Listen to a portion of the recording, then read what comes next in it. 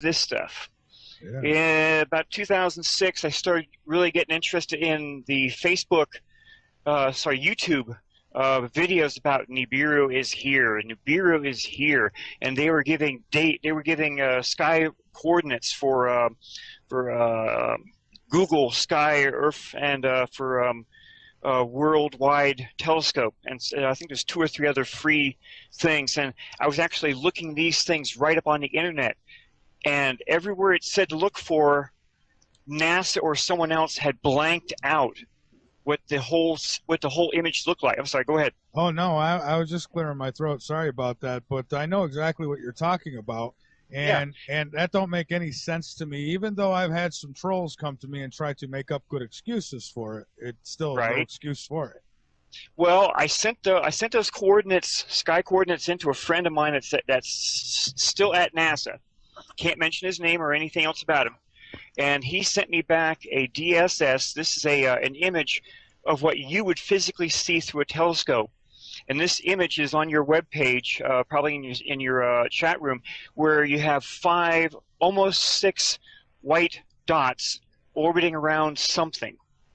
Okay, that really kind of set me going here. Okay, cool, because everything I mostly had read or heard about brown dwarf stars said a brown dwarf cannot be seen unless you're using infrared or microwaves. Now, let me give you just really quick a good argument that somebody has made with me. Somebody who I've classified as a troll. Don't get me wrong, but Sure. they did bring up one good point, and that is even an object that you would need infrared to see, if it got close enough, once it got close enough, like even like near where Jupiter is, I mean, we can see Jupiter because light reflects off it. So if it got Sure. close enough, we'd be able to see it, right? Yes, and it really works for something solid that had physically come into our system. Okay. Now we're stepping into a different part here. We're going to be talking about Nemesis. NASA actually imaged a lot of this stuff back in 2007, 2008, where they actually have a infrared image of our brown dwarf companion to our sun. It's called Nemesis. Nemesis has its own little system. Its system has 7 planets. Believe it or not, it does. The brown dwarf system, being a companion to our sun, orbits around our sun over a long period of time, like 26,000 years, as it makes one complete orbit around our sun. Its 7 planets, only a few of those planets actually interact with our solar system. 2 of them that I know of right now is Nibiru, is planet number 6, and Sedna is the outermost planet of Nemesis. Sedna has been actually being seen on several astronomy programs. I use astroviewer.com, and in AstroViewer I took several of the images and I sent them to your show so the visitors and listeners can actually see what AstroViewer shows. It shows that Sedna has a massive orbit all the way around our system, and our system is down towards one corner of Sedna's orbit. And that's all explained when you go to YouTube and look for a video about Nemesis, the evil twin to our sun. It's about a 50-minute video, and they go into it in complete detail. They talk about Nemesis, and they talk about exactly what the system would look like, which is a direct match for what I show in the stuff I have. Fantastic. Now, I've seen the picture with the objects that you were just talking about, and that is up on the website, so everyone can go. If you're in the chat and listen page, where it's probably where you are, if you're listening, then scroll down. You'll see a picture slider, and those pictures are in that slider for you to check out. Now, how do we know what that is, what that's a picture of? How do we know? Okay. All you see in those pictures is the orbit of Sedna. Sedna has a tremendous orbit, and it's virtually round. The only thing that will give it a round orbit is if it's orbiting around something. So something is missing right in the middle of that orbit. Another group made created a PowerPoint slide set of 8 slides a while back in 2009. Can't mention their name. from leaked information from NASA. And in those slides, they show the 6 planets which orbits around Nemesis, the brown dwarf. And 1 through 8 takes you from 2009 till December 21st of 2012. As of 2012, Nibiru, which was planet number 6, was only about 20 AUs. That's astronomical units, which is like from the Earth to the Sun, 93 million miles for 1 AU. And it said in there, it projected that Nibiru would be that far away as of December 21st, 2012.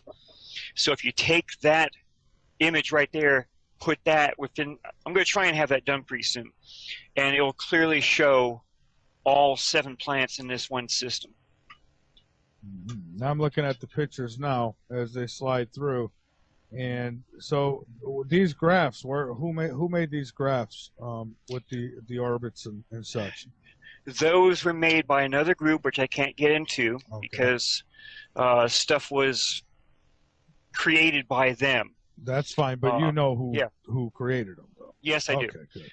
And they clearly show all the planets orbiting 1 through 8. You can clearly see all 6 planets as they slowly orbit around Nemesis. Now, for them to know that as well as they could to create what they had, they got fantastic information from NASA. And the person at NASA doesn't want anyone to know who that person is. So our governments around the planet have known about this since at least 1954. President Eisenhower made a big mistake back then. He personally invited the Bishop of Los Angeles, Francis M. McIntyre, to be his spiritual advisor at a very secret meeting down in what used to be called Muroc Airfield. It's now called Edwards Air Force Base. That is where Eisenhower met with a hand-picked Western team of scientists. They met with 3 alien races they had set down. Supposedly, one was the Greys, the second was a reptilian-looking race, the third was an interdimensional race called the Etherians. Now, how do I know this? After the 2-day meeting, everyone had to sign sworn statements they would never talk about anything. The bishop went straight back to Rome and told Pope Pius XII everything he saw and heard. And there was another person there. He created a really nice letter right after he got back home. He was there with the Hearst newspaper group. I don't know if you have that letter on your stuff for the chat room. If not, they can go directly to my webpage called starshipsaroundthesun.com, and they will see that webpage right there on my front page. Yeah. Oh no, go ahead. No, this one person, he said he was there and he saw this and he saw that, and yes, that's where the interdimensional race comes in. And he mentions a very important thing. During his time there watching all this stuff, he said he saw a solid object completely dematerialize before all of their eyes. Now, anyone who's ever done a check on that term from 1954 would clearly see that that term was never used until Star Trek came out in 1965. It was never used in any book, any TV show, nothing. So that puts some pretty good things in that one person's background there. Okay, Pope Pius XII put an archbishop over Bishop McIntyre, and they had a joint alliance between the United States and the Western countries to hold secret meetings here on Earth. They were also held in the Vatican Gardens. Some part during that meeting, the aliens warned President Eisenhower about upcoming natural disasters that would be caused because of a rogue planet and its brown dwarf star as they came into our system. They offered their help and support, all of which Eisenhower turned down flat and told them to get out. He told them basically that if they ever landed here again, we'd shoot them from the skies. So the aliens left, and something must have happened between their leaving and early 1955. Eisenhower went to Holloman Air Force Base in early 1955. His plane landed Air Force One. As it landed, it came to the end at the runway, and he ordered everything to be shut down. All of the radars, telephones, all communications, the gates would be shut.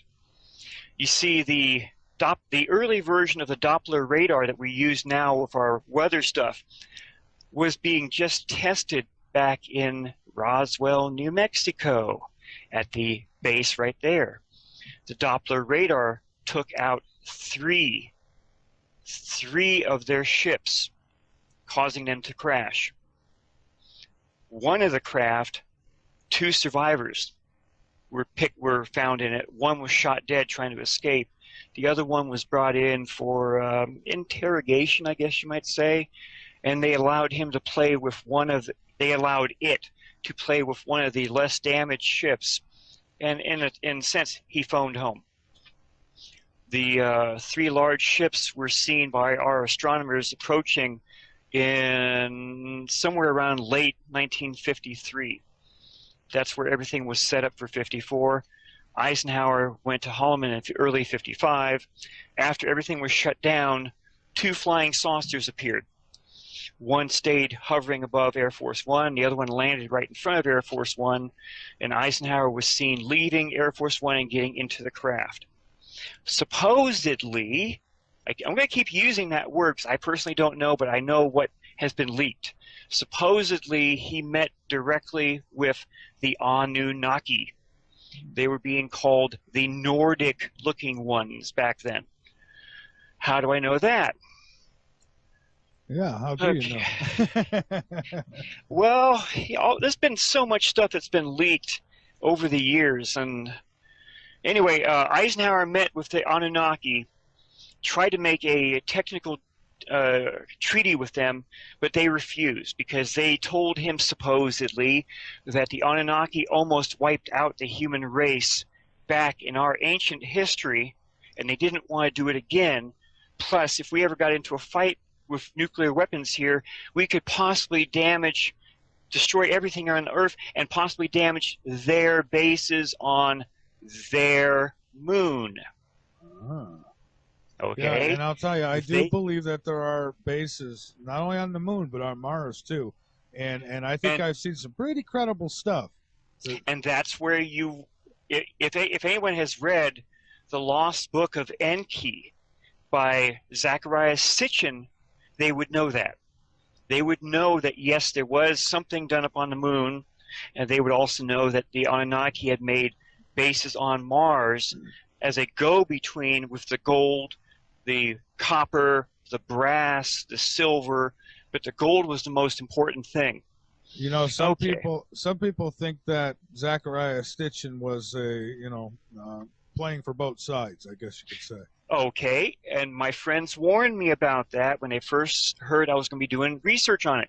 They told me very clearly, do not read any of Zecharia Sitchin's books, and do not read Velikovsky's stuff. It's all BS. Hopefully I can say that here on your radio show. Oh, yeah, BS is just fine. Now, were they Anunnaki, or were the Anunnaki reptilians? And I'm kind of jumping here, I'm sorry, but... I honestly don't know. I found no descriptions of what the Nordics were supposed to have been, other than they were tall, light-skinned, and they looked basically people that might come from Norway or Sweden, stuff like that. They're about 7 foot tall, give or take. That's the only description I've ever heard about them. Okay, I've heard several different things being addressed as the Anunnaki as being shapeshifters. Who knows? Okay. Now, in early 2000s, the Vatican sent out a high-ranking Jesuit priest to go and talk to Christopher Barbato, an Italian reporter. They talked and they the high-ranking priest told Barbato everything that the Vatican has known since '54. And they were just getting worried because the governments around our planet were not saying anything about this stuff. And they were hoping that Barbato would, since he was writing stuff for UFO magazines, maybe he could get the information out in that way, and it would force the governments to come public with this stuff. Barbato's works were printed only in Europe and Italy, never here in the United States. There is a mass disinformation program between the United States and Canada. So we're not hearing any of this stuff. Barbato talked to his friend Lucas Scantamburlo, another Italian reporter, and told him everything that he could. He didn't want to tell him everything. Lucas Scantamburlo did some reporting and checked out everything, and then he did his own articles. Project Camelot, which some of your listeners probably know about or don't know about. Sure. They have YouTube videos up under that name, and they went to Lucas Scantamburlo, and he actually did a 2-hour video for them called "The Return of Planet X." You can find that on YouTube, and if you click down after it says "Show More," you'll see his webpage on Project Camelot. Click on that, and you can look. You can see. Here's the links for the 2 videos, and here's also the links for the text transcripts for video 1 and video 2, and several other things that he was in on. Lucas Scantamburlo did a really good job. I don't think, in my opinion, that the Project Camelot, the 2 reporters that were interviewing him, did a good enough job. They found out information, but they didn't press that information. They kind of BS'd it. And I was a little bit irritated when they didn't get as much information. They said in there that thing directly from him, and he saw what happened. Wait, he had to jump out of the spacecraft? Off the telephone pole. Oh, okay. Okay. See, President Eisenhower, he wanted to go public with all of this information in '54, but his hands were tied by Majestic 12. And that's mostly out of other people I've got research from, and from the leaks from the Vatican. So Eisenhower wanted to go public. So once he met with the Anunnaki and he found out that they still claimed the moon as theirs, he was so angered that supposedly, again, when he got back to the White House, he ordered that anything about aliens, flying saucers, were to never be mentioned in the White House ever again. And he handed the entire alien UFO stuff over to MJ-12. Now, again, supposedly, later on during his term, he was supposedly overheard regretting ever doing so, because he didn't think MJ-12 was doing it the way he would have done. Now, when Eisenhower left office, he actually did a TV special, and he talks to the public. And in that TV special, he is hinting very strongly that the public never trust the big businesses and the military because of their connections with the MJ-12, or what other people call the other government, the outside government. The secret government. Yeah. The secret government. Now, again, there were very strong rumors that were put into writing. I've seen them on I don't know how many different web pages, that supposedly President Eisenhower spoke privately with incoming President Kennedy and told him too much stuff. Supposedly, early in Kennedy's presidency, he went directly to a lot of the military bases and refused to talk to the officers, but talked to the enlisted men about what was going on there. Now, the BBC did an article about 10 years ago, give or take, about was President Kennedy actually killed because of his knowledge about some of the alien stuff. I think it was a combination of things, but Yeah, and they actually had two documents that they got from our government basically saying, I want this stuff on my desk before I get back from Dallas. And the dates were 10 days before he was assassinated. you know Now, what's do I know this personally? No, I do not. Am I speculating? Yes, I am. well, there, Okay. yeah, and there's always going to be some speculation, but you know what strikes me kind of crazy is that it's my understanding he was warned that he should take a different route, and you know, it pretty much was tipped off that something could happen. He didn't care. He did it anyways. Yes. I've talked to a lot of people that say virtually the same thing. Okay, how did all this stuff start out?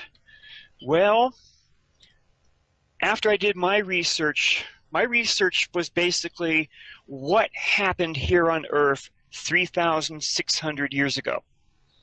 Okay, you had the Exodus, supposedly, but you also had the ancient volcano of Thera, which is now called Santorini, erupt back then, virtually wiping out the entire island. Okay, so you've got that, you've got this. Went to China. Mozai, M-O-Z-I, in his book 5. You can go on to Google and you can search Mozai book 5, and it'll take you directly to his ancient writings, which have all been checked, they've all been transcribed into English or whatever language you need. And in his book 5, about halfway down, he talks about 3 gods came to China. And this was a time well before the first emperor. See, the first emperor, he tried to destroy all of the ancient documents before him and said he's the first emperor. You So know, and that's kind of strange too, because it seems like every country or what have you, there was some evil ruler who wanted to destroy all the books. exactly, and he came very close to doing so. And Mozai's works were found, they were translated, and they're up on the internet. So book 5, about halfway down, tells about 3 gods who came to ancient China, and they aligned themselves with one of the warlords. And to punish the other warlords, they made sand fall from the sky for almost 10 days. Forests were set on fire. They had a massive time of heat and cold. And all this stuff was done in China. And everyone just bowed down to that one warlord. Now, going even further back in Chinese ancient history, and you can check all this stuff on Google, there was an emperor, Yahoo, Y-A-H-O-U. Oh yeah, Yahoo. When I saw that, I says, well, that's kind of strange. And now we have Yahoo. Oh my God. Yes, and this emperor talks about how a thing showed up in the sky and the oceans topped the high Chinese mountains. And for 13 years, all the people that survived in China were ordered to drain the salt water from the high mountain valleys all the way down to the rivers and out to the oceans. It took them 13 years. And then he sent 4 teams. They had to look for where was north, south, east, or west. And they had to make a brand new calendar because the days had shortened. So there's plenty of ancient records that are still around. Okay, I found out all that stuff, and then I went and read Lost Book of Enki and Velikovsky's stuff, and it nailed it. Nailed it down, but good. Nibiru supposedly was going through our system for uncounted centuries until it accidentally got too close to a planet that was in the orbit where the asteroid belt is now. It used to be called Tiamat. And one of Nibiru's moons I'm sorry, go ahead. Oh no, I was just saying. I was like, well, I don't know if it was an accident or not, but Well, according to the Lost Book of Enki, and because my research, I just jumped right in line with Zacharias Sitchin. Lost Book of Enki tells it very clearly that during one of these very, very, very rare occurrences, the two planets got too close to each other, and one of Nibiru's moons smashed into Tiamat, breaking it into basically about two pieces. Small amount became the asteroid belt. The larger amount was kicked into a lower orbit, which is where the Earth is right now. One of Tiamat's moons followed what was left of Tiamat and became our moon right now. That is why the Anunnaki claim it, because they know how it happened and when. Okay.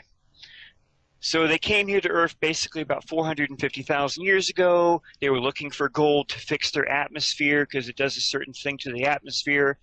So they came here, they found it, but the Anunnaki did not like working with their hands here on Earth to dig up all the stuff. So they decided to create a worker race, not a slave race. Very clear, Lost Book of Enki says under Anunnaki law, slaves were forbidden. So is that where this particular information comes from? From the book? Yes. Okay. The book of Enoch, tablets 9 and 10 go into great detail about how they were here on Earth, and because of a very rare alignment in our system of the 7, from the Earth out to Pluto, it altered forever Nibiru's flight path through our system, bringing it closer to Mars, also bringing it closer to the Earth the same way. The first time it went through, it caused a tremendous amount of damage. The second time it came, it was going to be coming through. The Anunnaki knew, because of their scientific stuff and because of all the stuff they put down in the cold white lands, which we now call Antarctica and South Africa, they knew that the second time around was going to cause great damage here on Earth. So the leaders, Enki, Enlil, Anu, which is the king of Nibiru, and their half-sister, which I can never pronounce her name correctly. They knew exactly what was going to happen. And they didn't want the Iligi, I-G-I-G-I, the ones that came down from Mars to Earth. In the Lost Book of Enoch, they took the 200 females and kept them as wives. And the Nephilim were their children, the hybrids. Those were also what in our ancient history were called the gods. The gods, yeah. Roman and Greek mythology, they knew the Nephilim. It's also in the Bible about these giants that came down to Earth and grabbed 200 females and had kids with them, and the giants were born from them. That's the Nephilim, the gods. Okay. See, and before you go on, let me just say that I believe that there is a big G, and I call that God, the creator, creation is, I think, the universe, and it's so big we can't comprehend it, we can't see it all. But what I'd like to know is, now the Anunnaki, how did they get created? And I want to dig back and get all the answers. I mean, where did it all start? I kind of don't believe there was just this big bang and here we were. That is a very slippery slope for anyone who tries to do research on any of this stuff, any of it. And I'm going to be getting into it pretty good here pretty soon. Are you going to be taking a break now, or are you going to? Yeah, as a matter of fact, we are artists. That's what we are. Nobody controls us. That's why we can talk about things that we're talking about tonight with my guest, Robert. And Robert, we are back. And so many places to go tonight. Where do we go next? Okay. If your listeners want to look at some of the stuff I have, these are all NASA SOHO stereo ahead, stereo behind, satellite camera images, and they tell for those who see what they want to see, part of the picture. They can go to starshipsaroundthesun.com, and they can click on the photo section, and you have at least 20 pictures right there out of over 3,000 images I currently have. Okay, don't want to get you too tied up here for just ancient history, but the Anunnaki are clearly in our ancient history. The Anunnaki, people did many wall covering type things, nicely carved out to show them. You probably have seen them every once in a while on Ancient Aliens, some of the other shows. There's one image, which I didn't send to you, and I'm sorry I didn't, of an Anunnaki carved onto this one piece, and he's pointing towards something up in the right-hand corner. But right on his chest is a beautiful cross, and it's a special-looking cross. And I had to research the heck out of that, and it's called Cain's Mark. That's what it's called. It's called a cross within a circle, and it has a certain shape and everything to it. Oh, all right. That is somehow linked to the Vatican. Back in the 1100s, the Vatican told the people that became the Templars and the Hospitallers to use this certain image on their shields and on their clothes. So they went to Jerusalem, they went digging around, and about 8 years later they came racing back to Europe, and they were extremely wealthy. They found something there in Jerusalem, call it the chalice, the any of the different things you might think of from religious type. My mind's going blank on a couple of names right here. The Grail, the Holy Grail, and some other stuff. They became exceptionally wealthy, and their knights went around, did this, did that, did that. They went down to Malta, which is my wife's parents' place of birth. We just recently went there early June. That's why that cross, Maltese cross, was stuck in my head. So when I saw this wall carving, I said, whoa, that just like I know what that is. So I went and researched it down, and the Knights Templar and Hospitallers spread that all around in Europe there, the different groups.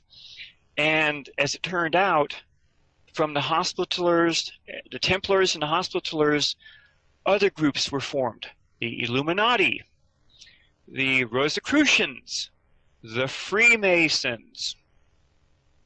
And then it takes you off into a tear completely different, but talks more about what that, in my opinion, the Grail is a bloodline. And that's what so many shows have been talking about, one way or the other. Is it a bloodline, or is it actually the Holy Grail?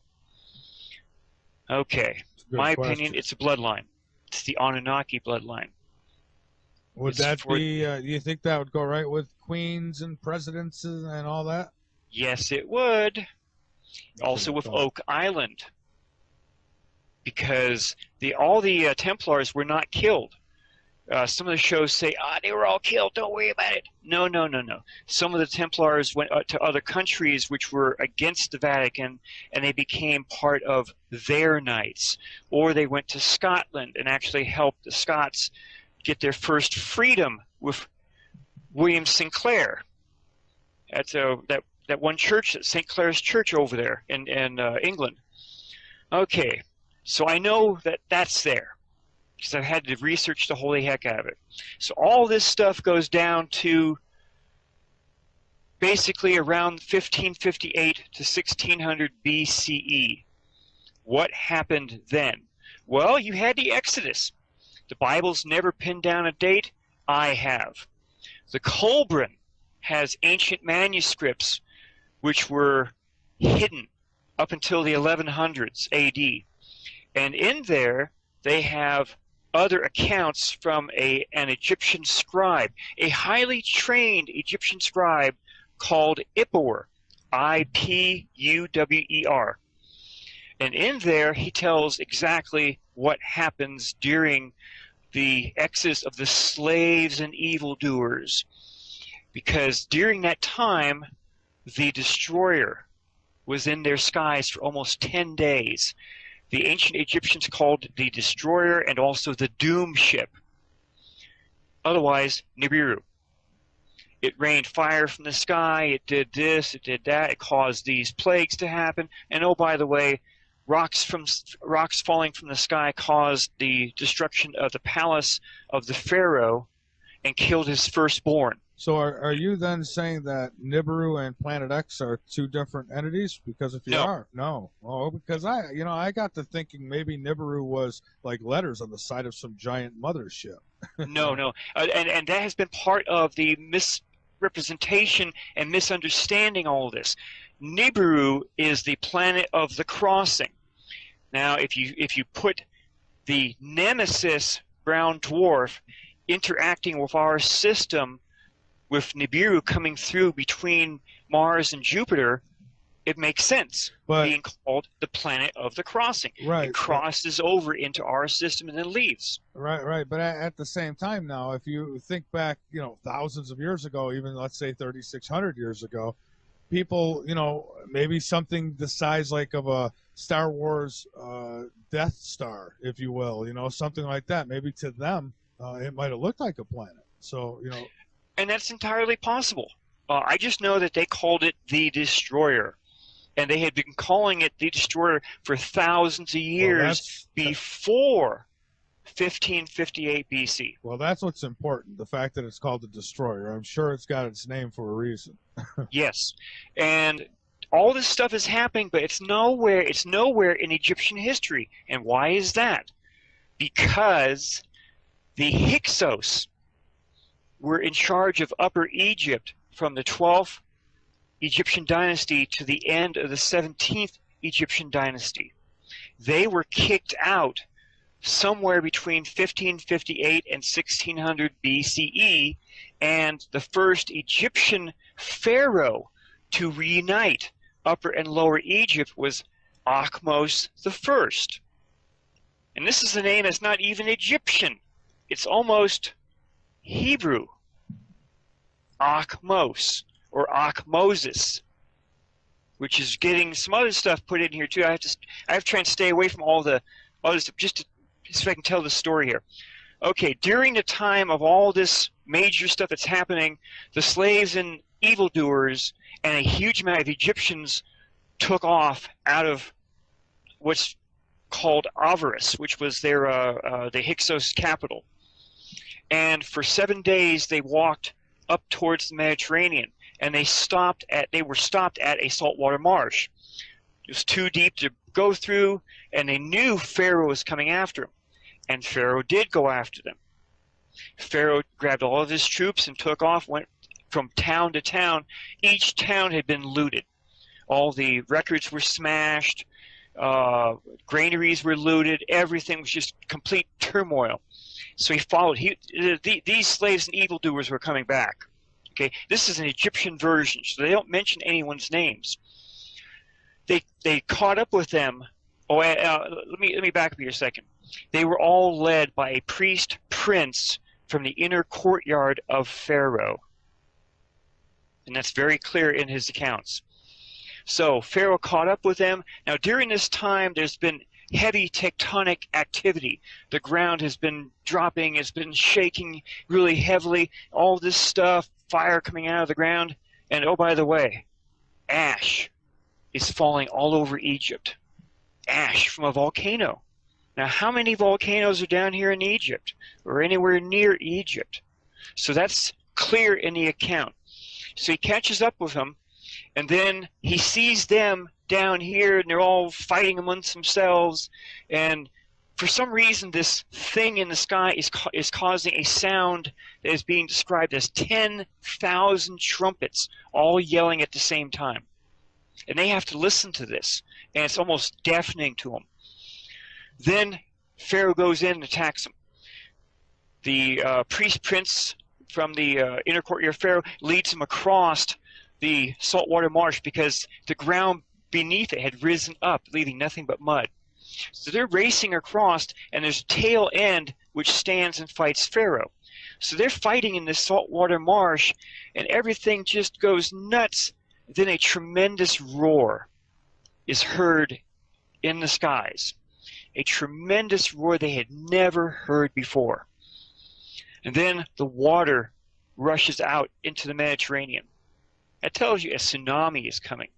If anyone remembers 2004, when the big tsunami hit most of Sumatra and stuff, that's exactly what happened.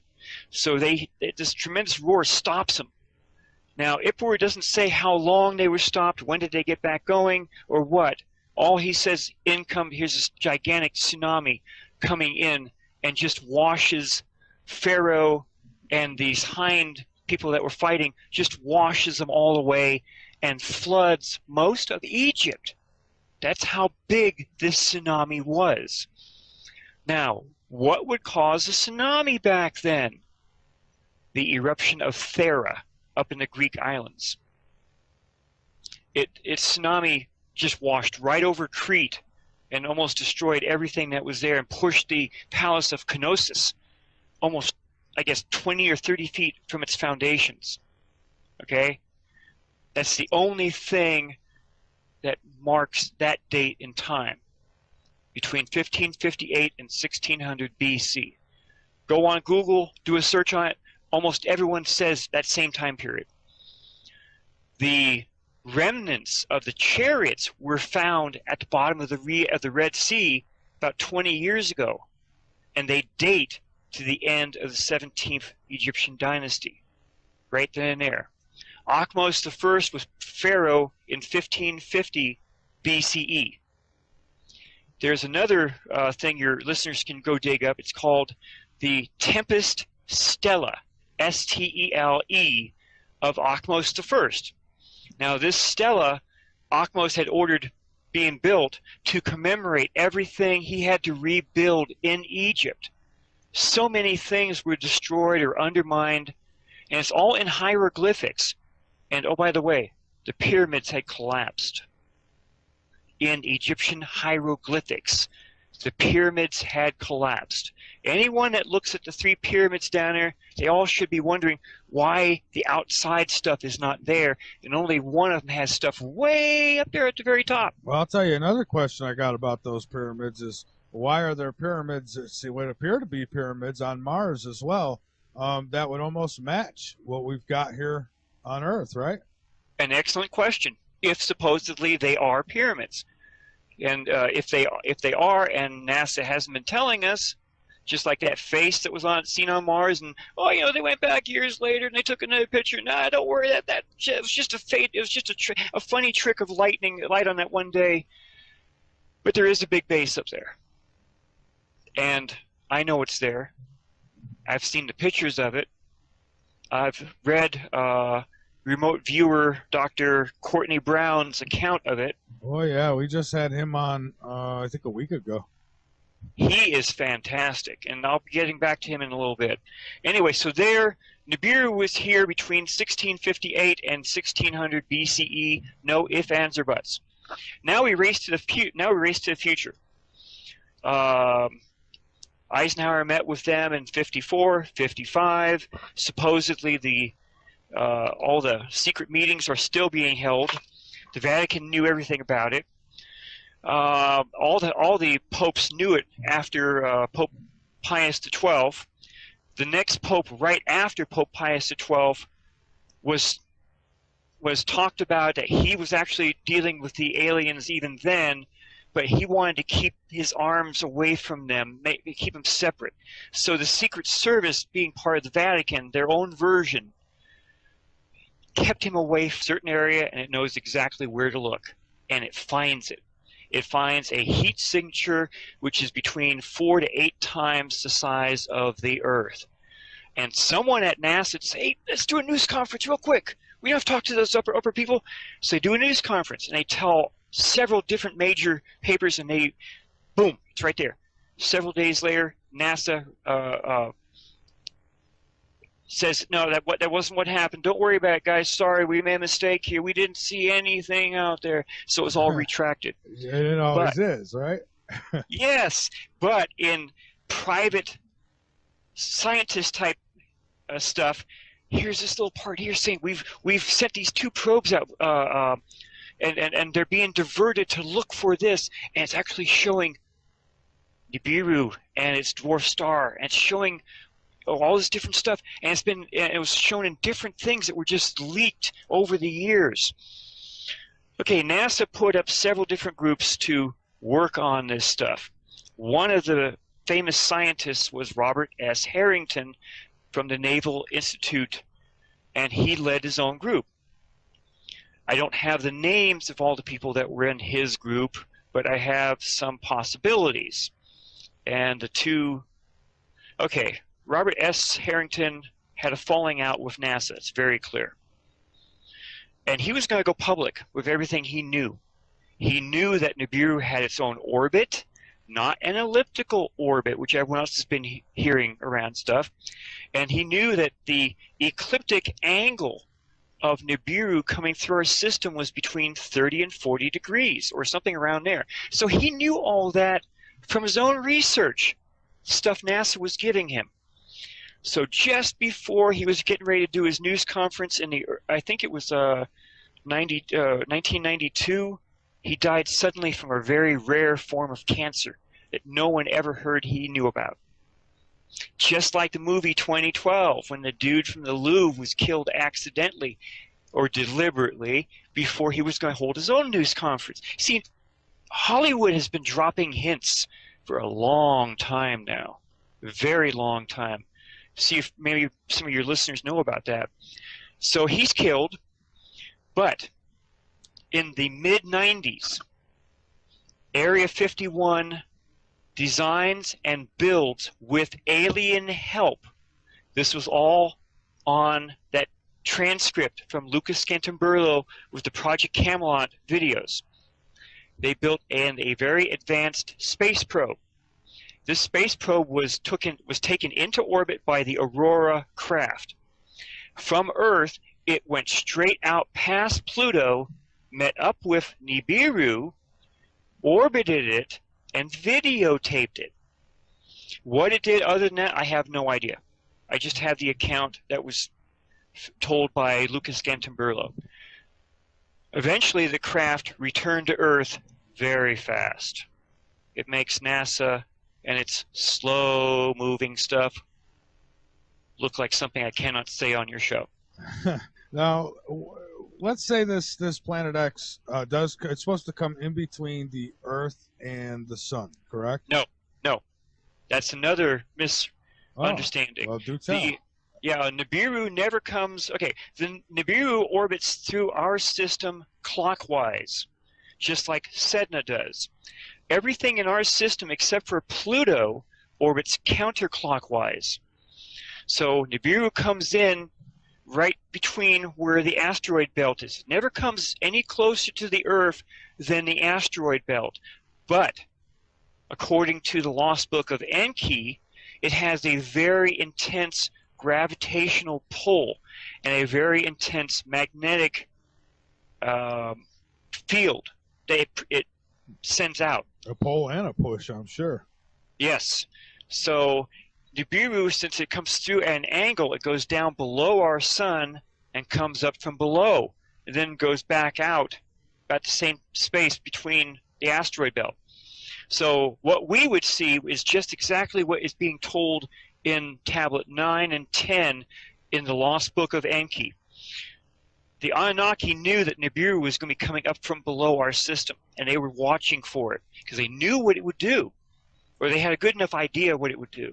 And as Nibiru was starting to be seen as a red star or a reddish-looking planet in the southern regions of the Earth, they knew that the higher Anunnaki, not the IGIs that had come here and did all their damage, but they were all going to go up to their spacecraft and get off the Earth. See, Enlil knew exactly what would happen, but he thought he had a good idea here to not only erase the humans, and he had a racial hatred against the humans, even though he married one and had sex with several, just as Enki and a whole bunch of the other Anunnaki did. He had a racial hatred against us. Very clear from the Lost Book of Enki. Nice. So he wanted nothing to be told to the humans or anyone else, and he made Enki, their half-sister, swear to it. Enki went beyond his bounds and went to what's now called Noah. And that's the other account I sent to you. That's also found in the Colburn, telling how Noah was told through a reed, a wall during and he thought it was a dream, supposedly, and told him exactly what to do and where to build the ship. Now, just like in the movie 2012, he knew that the ship had to be built way up in the mountains because the water would come up to them. And all the dimensions are exactly as everyone has found in the Bible, cubit by cubit. No ifs, ands, or buts.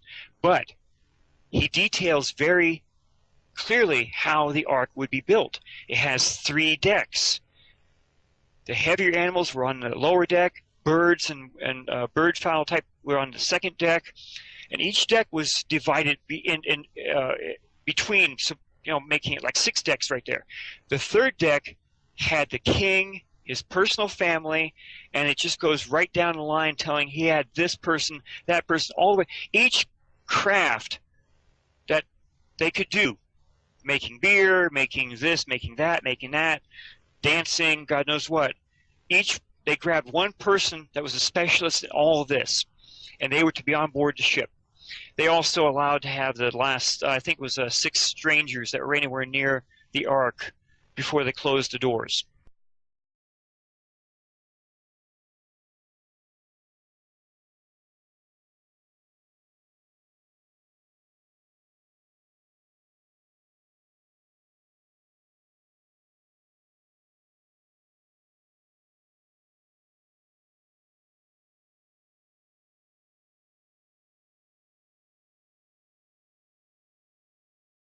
Into this stuff. Yeah. In about 2006, I started really getting interested in the YouTube videos about Nibiru is here. Nibiru is here, and they were giving sky coordinates for Google Sky Earth and for worldwide telescope, and I think there's 2 or 3 other free things. And I was actually looking these things right up on the internet. And everywhere it said to look for, NASA or someone else had blanked out what the whole image looked like. I'm sorry, go ahead. Oh no, I was just clearing my throat. Sorry about that, but I know exactly what you're talking about, and that don't make any sense to me. Even though I've had some trolls come to me and try to make up good excuses for it, it's still no excuse for it. Well, I sent those coordinates, sky coordinates, into a friend of mine that's still at NASA. Can't mention his name or anything else about him. And he sent me back a DSS. This is an image of what you would physically see through a telescope. And this image is on your webpage, probably in your chat room, where you have 5, almost 6 white dots orbiting around something. Okay, that really kind of set me going here. Okay, cool, because everything I mostly had read or heard about brown dwarf stars said a brown dwarf cannot be seen unless you're using infrared or microwaves. Now, let me give you just really quick a good argument that somebody has made with me. Somebody who I've classified as a troll. Don't get me wrong, but they did bring up one good point, and that is even an object that you would need infrared to see. If it got close enough, once it got close enough, like even like near where Jupiter is, I mean, we could see Jupiter because light reflects off it. So if it got close enough, we'd be able to see it, right? Yes, and it really works for something solid that had physically come into our system. Okay, now we're stepping into a different part here. We're going to be talking about Nemesis. NASA actually imaged a lot of this stuff back in 2007, 2008, where they actually have a infrared image of our brown dwarf companion to our sun. It's called Nemesis. Nemesis has its own little system. Its system has 7 planets. Believe it or not, it does. The brown dwarf system, being a companion to our sun, orbits around our sun over a long period of time, like 26,000 years, as it makes one complete orbit around our sun. Its 7 planets, only a few of those planets actually interact with our solar system. two of them that I know of right now is Nibiru is planet number 6, and Sedna is the outermost planet of Nemesis. Sedna has been actually being seen on several astronomy programs. I use astroviewer.com. And in AstroViewer, I took several of the images and I sent them to your show so the visitors and listeners can actually see what AstroViewer shows. It shows that Sedna has a massive orbit all the way around our system, and our system is down towards one corner of Sedna's orbit. And that's all explained when you go to YouTube and look for a video about Nemesis, the evil twin to our sun. It's about a 50-minute video, and they go into it in complete detail. They talk about Nemesis, and they talk about exactly what the system would look like, which is a direct match for what I show in the stuff I have. Fantastic. Now, I've seen the picture with the objects that you were just talking about, and that is up on the website, so everyone can go. If you're in the chat and listen page, where it's probably where you are, if you're listening, then scroll down, you'll see a picture slider, and those pictures are in that slider for you to check out. Now, how do we know what that is, what that's a picture of? How do we know? Okay. All you see in those pictures is the orbit of Sedna. Sedna has a tremendous orbit, and it's virtually round. The only thing that will give it a round orbit is if it's orbiting around something. So something is missing right in the middle of that orbit. Another group made created a PowerPoint slide set of 8 slides a while back in 2009. Can't mention their name, from leaked information from NASA. And in those slides, they show the 6 planets which orbits around Nemesis, the brown dwarf. And 1 through 8 takes you from 2009 till December 21st of 2012. As of 2012, Nibiru, which was planet number 6, was only about 20 AUs. That's astronomic units, which is like from the Earth to the Sun, 93 million miles for 1 AU. And it said in there, it projected that Nibiru would be that far away as of December 21st, 2012. So if you take that image right there, put that within, I'm going to try and have that done pretty soon, and it will clearly show all 7 planets in this one system. I'm looking at the pictures now as they slide through, and so these graphs, who made these graphs with the orbits and such? Those were made by another group, which I can't get into because stuff was created by them. That's fine, but you know who created them, though. Yes, I do. Okay, good. And they clearly show all the planets orbiting 1 through 8. You can clearly see all 6 planets as they slowly orbit around Nemesis. Now, for them to know that as well as they could to create what they had, they got fantastic information from NASA. And the person at NASA doesn't want anyone to know who that person is. So our governments around the planet have known about this since at least 1954. President Eisenhower made a big mistake back then. He personally invited the Bishop of Los Angeles, Francis M. McIntyre, to be his spiritual advisor at a very secret meeting down in what used to be called Muroc Airfield. It's now called Edwards Air Force Base. That is where Eisenhower met with a hand-picked Western team of scientists. They met with 3 alien races they had set down. Supposedly, one was the Greys, the second was a reptilian-looking race, the third was an interdimensional race called the Etherians.